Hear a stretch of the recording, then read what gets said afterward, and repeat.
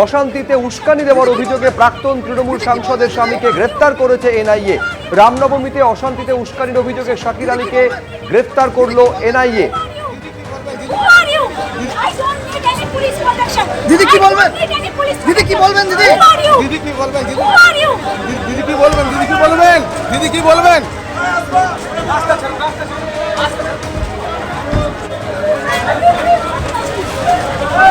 দিদি কি বলবেন? দিদি কি বলবেন? দিদি কি বলবেন? দিদি দিদি কি বলবেন? দিদি কি বলবেন? দিদি কি বলবেন? দিদি দিদি কি বলবেন? সেই মুহূর্তের ছবি দেখতে পাচ্ছেন যখন আরামবাগের প্রাক্তন তৃণমূল সাংসদ অপরূপা পোদ্দার পুলিশের সঙ্গে বচসায় জড়িয়ে পড়েন। রিষড়া পুরসভা তৃণমূল কাউন্সিলর শাকির আলী, যিনি অপরূপা পোদ্দারের স্বামী, তাকে রামনবমীতে 23 সালে রামনবমীতে হিংসায় উস্কানির অভিযোগে গ্রেফতার করেছে এনআইএ। প্রাক্তন তৃণমূল সাংসদের স্বামী শাকির আলীকে গ্রেফতার করা হয়েছে।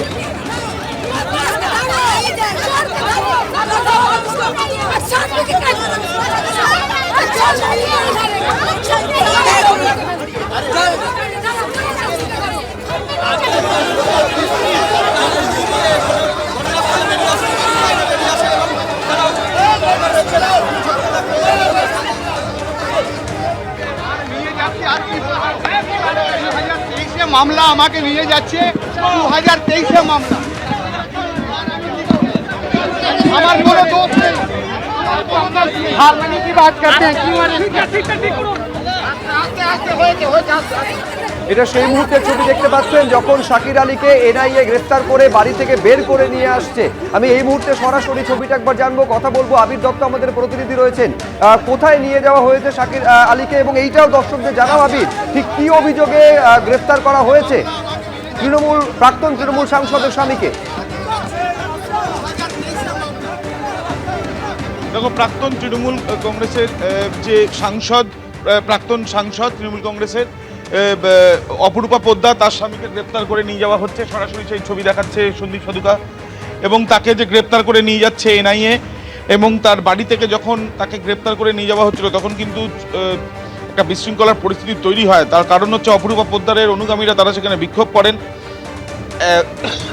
মাফ করো, এক প্রকার দেখা যায় যে অপরূপা পোদ্দার সে নিজে বাইরে এসে পুলিশের সঙ্গে বচসায় জড়িয়ে পড়েন, এবং তার সাথে সাথে যে কারণে গ্রেপ্তার করা হয়েছে যেটা জানা যাচ্ছে, যে 6টি মামলা রেজিস্টার করা হয়েছিল এনআইএর তরফ থেকে। তার মধ্যে অন্যতম আমরা জানি যে শ্রীরামপুরে 2টি মামলা হয়েছিল এবং রিষড়াতে 1টি মামলা, মোট 3টি মামলা হুগলি জেলায় ছিল।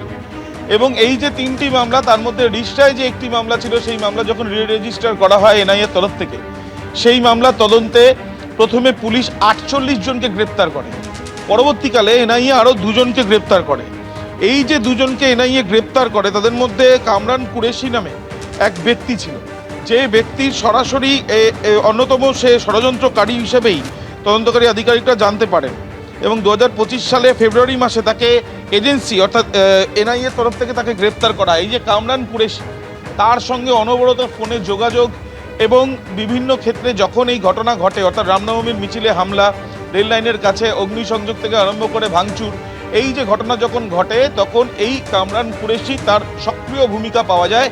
সেই কামরান কুরেশির সঙ্গে অনবরত যোগাযোগ ছিল শাকির আলীর, যে শাকির আলী 4 নম্বর ওয়ার্ডের তৃণমূল কাউন্সিলর।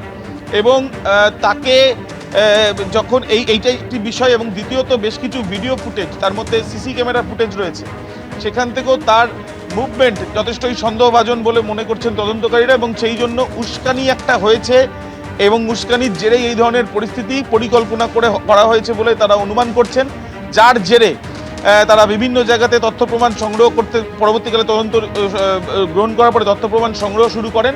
এবং আজকে প্রাক্তন সাংসদ তৃণমূল কংগ্রেসে অপরূপা পোদ্দারের যে বাড়ি রিষড়াতে রয়েছে, যেখানে এই শাকির আলীও থাকে, সেখানে তল্লাশি অভিযান করা হয়, তাদেরকে জিজ্ঞাসাবাদও করা হয়। এবং পরবর্তীকালে কিছুক্ষণ আগে প্রায় 5 ঘন্টার উপরে জিজ্ঞাসাবাদের পর তাকে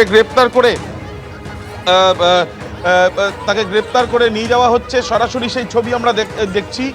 এবং এই যে গাড়ি দেখা যাচ্ছে, যে গাড়ির ভেতরে তিনি বসে রয়েছেন, এবং তাকে গ্রেপ্তার করে নিয়ে যাওয়া হচ্ছে এনআইএর তরফ থেকে। তাকে এনবিসিসি স্কোয়ার এনআইএর যে দপ্তর রয়েছে, সেই দপ্তরে নিয়ে যাওয়া হচ্ছে। আগামীকাল তাকে আদালতে পেশ করা হবে।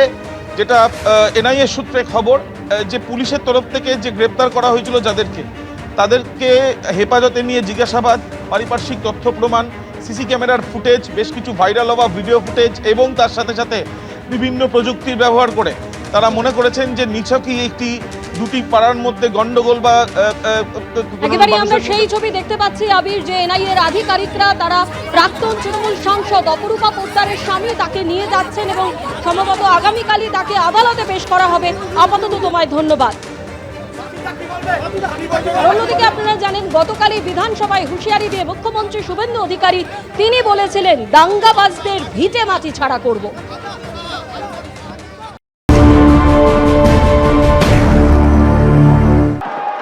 ভিটা মাটি ছাড়া করব, কোন দাঙ্গাবাজের স্থায়ী নেই।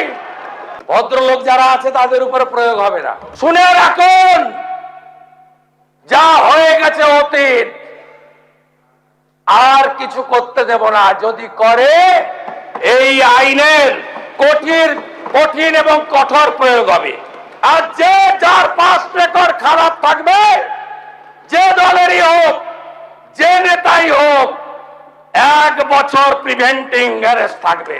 সুদ আদায় করব, 3 গুণ টাকা আদায় করব, ভিটা মাটি বেচে আদায় করব। শুধু জেল খাটাবো না, স্থাবর অস্থাবর সব প্রপার্টি অ্যাটাচমেন্ট করব, খুব দ্রুত অকশন করব, আদায় করব। আর সবচেয়ে আতঙ্কের জায়গাটা আপনাদের হয়েছে কোথায় জানেন? প্রিভেন্টিং অ্যারেস্ট, তাই তো? 1 বছর পর্যন্ত কালীঘাট থানায় পুলিশ টেবিলের নিচে ঢুকেছিল। আপনি ভেবেছেন ওইটা? আমার দায়িত্ব পুলিশ কর্মীদের নিরাপত্তা দেওয়া। সরকারি বেসরকারি যাই ভাঙুন, 1 ইঞ্চি এগোতে দেব না। একদম নিশ্চিন্ত থাকুন। দাঙ্গা, বেআইনি সমাবেশ, হিংসাত্মক বিক্ষোভ, আইন শৃঙ্খলা ভঙ্গের অন্যান্য ঘটনায় সরকারি ও বেসরকারি সম্পত্তি সুরক্ষা নিশ্চিত করা রাষ্ট্রের একটি গুরুত্বপূর্ণ দায়িত্ব। 2023 সালের রামনবমীতে অশান্তির উস্কানির অভিযোগে গ্রেপ্তার করা হয়েছে সাকির আলীকে। এনআইএর তরফে দাবি করা হয়েছে চক্রান্ত করে আগুন লাগানো হয়েছিল, ভাঙচুর করা হয়েছিল। নেপথ্যে বেশ কয়েকজন রাজনৈতিক ব্যক্তি রয়েছে।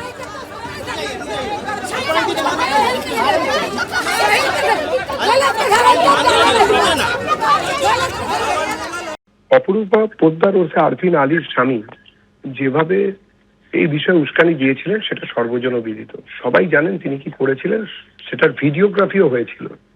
এবং এতটাই তারা নিশ্চিত ছিলেন তৎকালীন সরকার থাকাতে তাদের কিছু হবে না।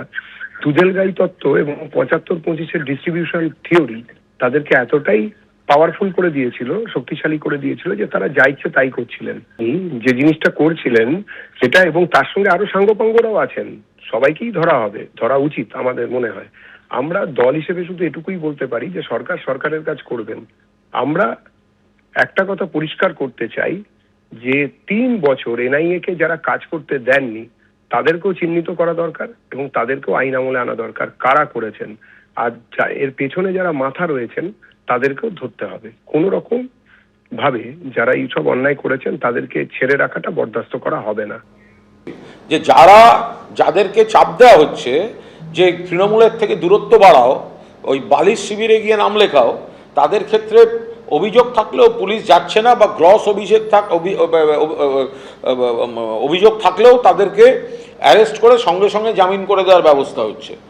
আর যারা মমতা বন্দ্যোপাধ্যায়ের সঙ্গে থাকতে চাইছেন তাদের এই মামলা, ওই মামলা, পুরনো মামলা, দেশি মামলা, মামলার পর মামলা এইভাবে দেওয়া হচ্ছে। অপরূপা পোদ্দার পুরোদস্তুর মমতা বন্দ্যোপাধ্যায়ের উপর আস্থা রেখে দলটাকে পুনর্গঠনে আবার সমস্ত রকমভাবে কাজ করছেন, তার স্বামীকে গ্রেপ্তার করা হলো।